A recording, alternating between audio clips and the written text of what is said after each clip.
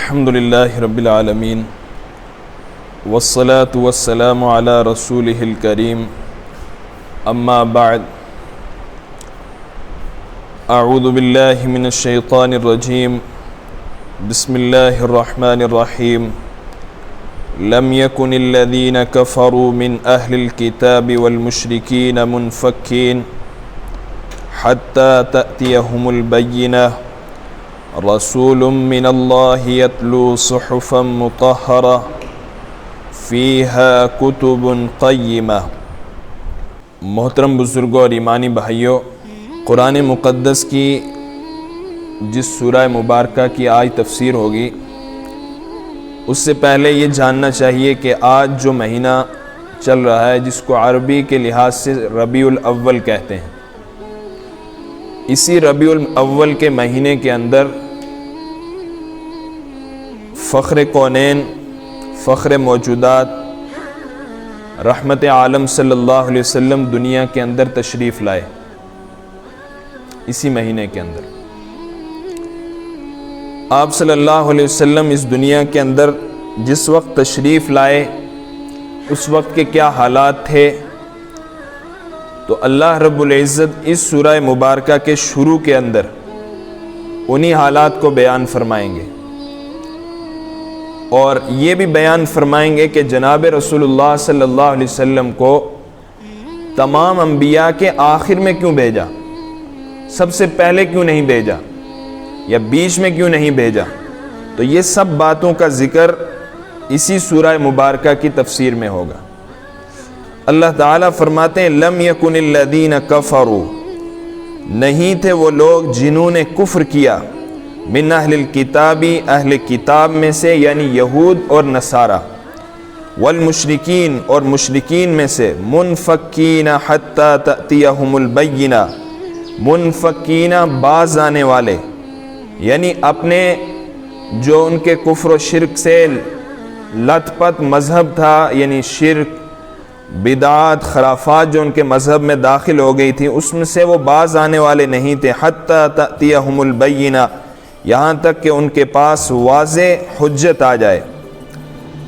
رسول من اللہ، اللہ کے ایک عظیم رسول، یتلو صحفا مطہرہ، جو پاکیزہ صحیفے پڑھ رہے ہوں، پڑھ کر سنا رہے ہوں یا پڑھ رہے ہوں، فیہا کتب قیمہ، جن میں قیمتی مضامین ہیں۔ جس وقت جناب رسول اللہ صلی اللہ علیہ وسلم دنیا میں تشریف لائے اس وقت کے حالات کیا تھے؟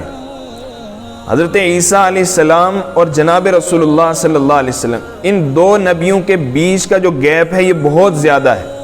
اس سے پہلے ایسا ہوتا تھا کہ ایک ہی وقت کے اندر دنیا کے اندر دو تین نبی موجود رہتے تھے، اگرچہ وہ مختلف قوموں میں رہتے تھے لیکن تھوڑے تھوڑے وقفے سے یا ایک نبی کے بعد فوراً دوسرا نبی ایسے آتے رہتے تھے۔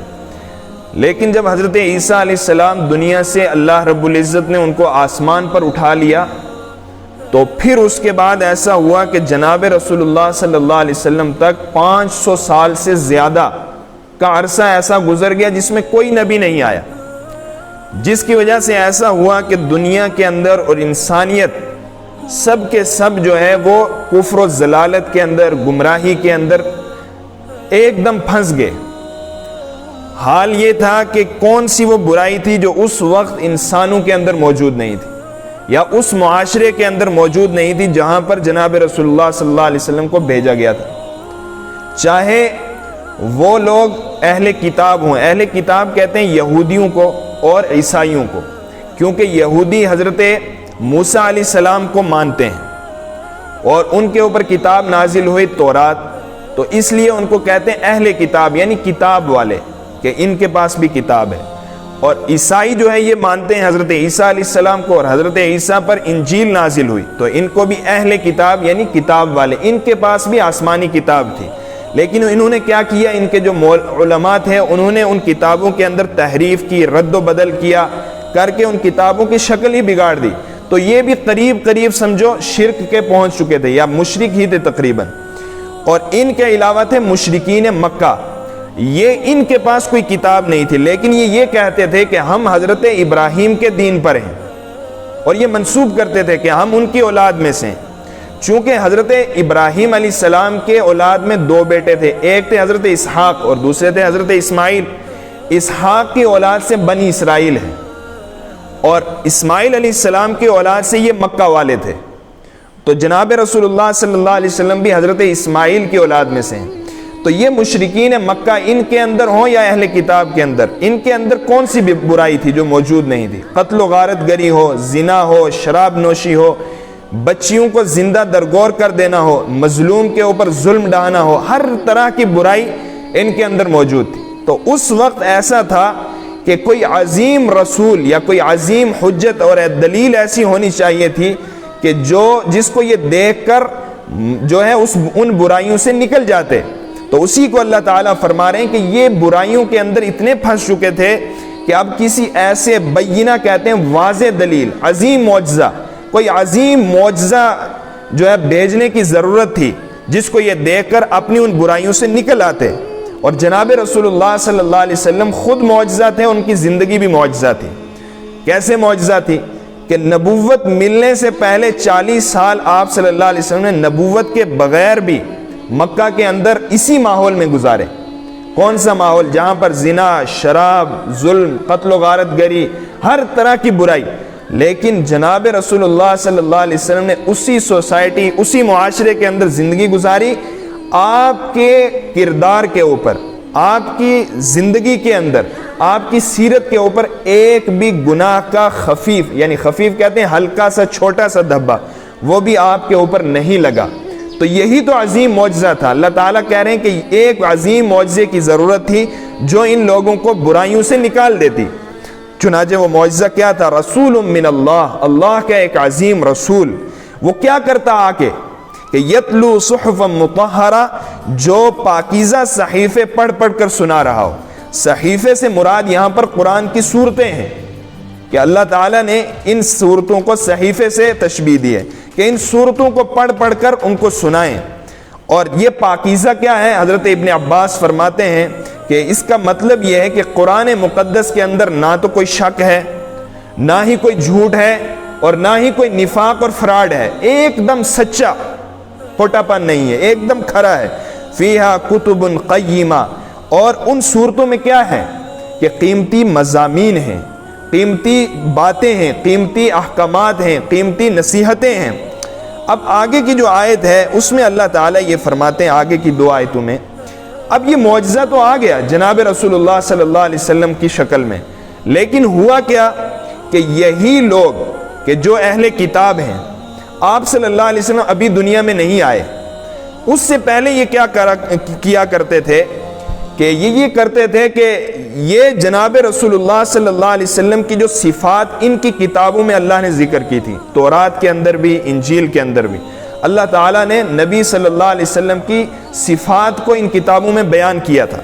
تو ان کے علماء پڑھ کر آپ صلی اللہ علیہ وسلم کا انتظار کر رہے تھے، کیونکہ انہوں نے پڑھ لیا تھا کہ ایک آخری نبی اب آنے والا ہے، محمد الرسول اللہ صلی اللہ علیہ وسلم آنے والے ہیں، اور پچھلے نبیوں نے بھی بشارت دی تھی کہ ہمارے بعد ایک نبی آئیں گے جو آخری نبی ہوں گے، اور وہی اس انسانیت کے لیے نجات دہندہ ہوں گے۔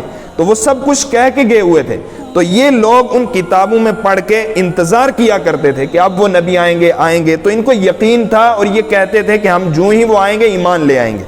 لیکن ہوا کیا کہ میں نے پہلے عرض کیا کہ حضرت ابراہیم کے 2 بیٹے تھے، ایک تو حضرت اسحاق اور دوسرے حضرت اسماعیل۔ تو یہ جو اسحاق علیہ السلام کی اولاد میں آگے ہوئے حضرت یعقوب علیہ السلام سے جو آگے چلے ہیں، تو ان کو کہتے ہیں بنی اسرائیل۔ انہی میں آئے حضرت موسیٰ علیہ السلام، حضرت یوسف، حضرت یوشع اور دیگر انبیاء، اور حضرت اسماعیل علیہ السلام کی نسل میں حضور صلی اللہ علیہ وسلم آئے۔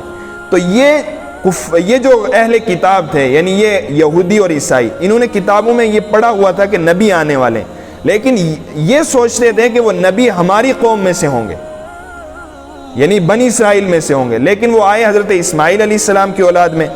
اور انہوں نے کیا کیا کہ جب یہ پہلے کیا کرتے تھے، قرآن پاک میں ہے وَقَانُوا يَسْتَفْتِحُونَ عَلَى الَّذِينَ كَفَرُوا، اللہ تعالیٰ قرآن میں فرماتے ہیں کہ جب کبھی ان کی مشرکین سے، ان یہودیوں کی، عیسائیوں کی لڑائی ہو جاتی تھی، یہودیوں کی، تو یہ اس وقت کہتے تھے کہ اے اللہ تو آخری رسول جناب رسول اللہ صلی اللہ علیہ وسلم کی برکت سے ہماری مدد فرما۔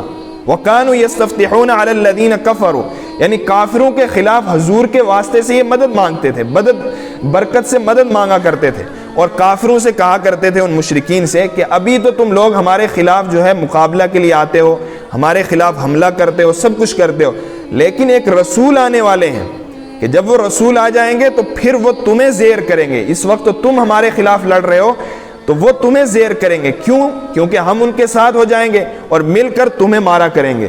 تو وہ کہتے تھے، اللہ تعالیٰ اسی کو فرماتے ہیں فَلَمَّا جَاءَهُم مَّا عَرَفُوا كَفَرُوا بِهِ، کہ جب وہ ذات آ گئی، جب وہ رسول آ گئے جن کو انہوں نے پہچان بھی لیا۔ ایسا نہیں کہ ان کو کوئی شبہ تھا کہ یہ وہ رسول نہیں ہے، ایسا ہے کوئی اور آگے ہیں، نہیں، ان کو یقین بھی تھا اور یہ جانتے بھی تھے کہ یہی رسول ہیں، لیکن صرف ضد کی وجہ سے، ہٹ درمی کی وجہ سے، نفرت کی وجہ سے انہوں نے کیا کیا کہ رسول اللہ صلی اللہ علیہ وسلم پر ایمان لانا چھوڑ دیا۔ تو اسی کو اللہ تعالیٰ فرماتے ہیں جاءہم ما عرفوا کفروا بہ، انہوں نے کفر کریا یعنی انکار کر دیا۔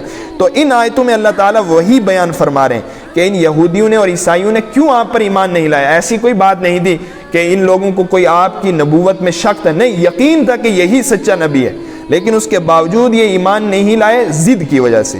وَمَا تَفَرَّقَ الَّذِينَ أُوتُوا الْكِتَابَ، اور جدا نہیں ہوئے وہ لوگ جن کو کتاب دی گئی۔ جدا ہونے کا مطلب وہی کہ آپ کی نبوت کا انکار نہیں کیا، إِلَّا مِن بَعْدِ مَا جَاءَتْهُمُ الْبَيِّنَةُ، مگر اس کے بعد کہ ان کے پاس واضح دلیل، واضح حجت آ گئی، کہ انہوں نے آنے کے بعد پھر انکار کر دیا۔ وَمَا أُمِرُوا إِلَّا لِيَعْبُدُوا اللَّهَ مُخْلِصِينَ لَهُ الدِّينَ، اور یہی ان کو حکم دیا گیا کہ وہ اللہ کی عبادت کریں، اس کے لیے بندگی کو خالص کر کے، وَحُنَفَاءَ، یکسو ہو کر، وَيُقِيمُ الصَّلَاةَ، اور نماز قائم کریں، وَيُؤْتُوا الزَّكَاةَ، اور زکوٰۃ ادا کریں، وَذَلِكَ الدِّينُ الْقَيِّمَةُ، اور یہ سیدھا دین ہے، یہی سیدھا دین ہے، دین مستقیم ہے۔ اس آیت کا کیا مطلب ہے کہ ایسا بھی نہیں کہ جناب رسول اللہ صلی اللہ علیہ وسلم جب آئے تو انہوں نے کوئی نئی چیز پیش کی ہو، نہیں، وہی حکم تھے جو ان کو دیے گئے تھے۔ کیا؟ پہلا یہ کہ یہ اللہ کے لیے خالص ہو کر اللہ کی بندگی کریں، یعنی کسی کو بندگی میں شریک نہ کریں، اللہ کے ساتھ کسی کو شریک نہ کریں، پہلا تو یہ۔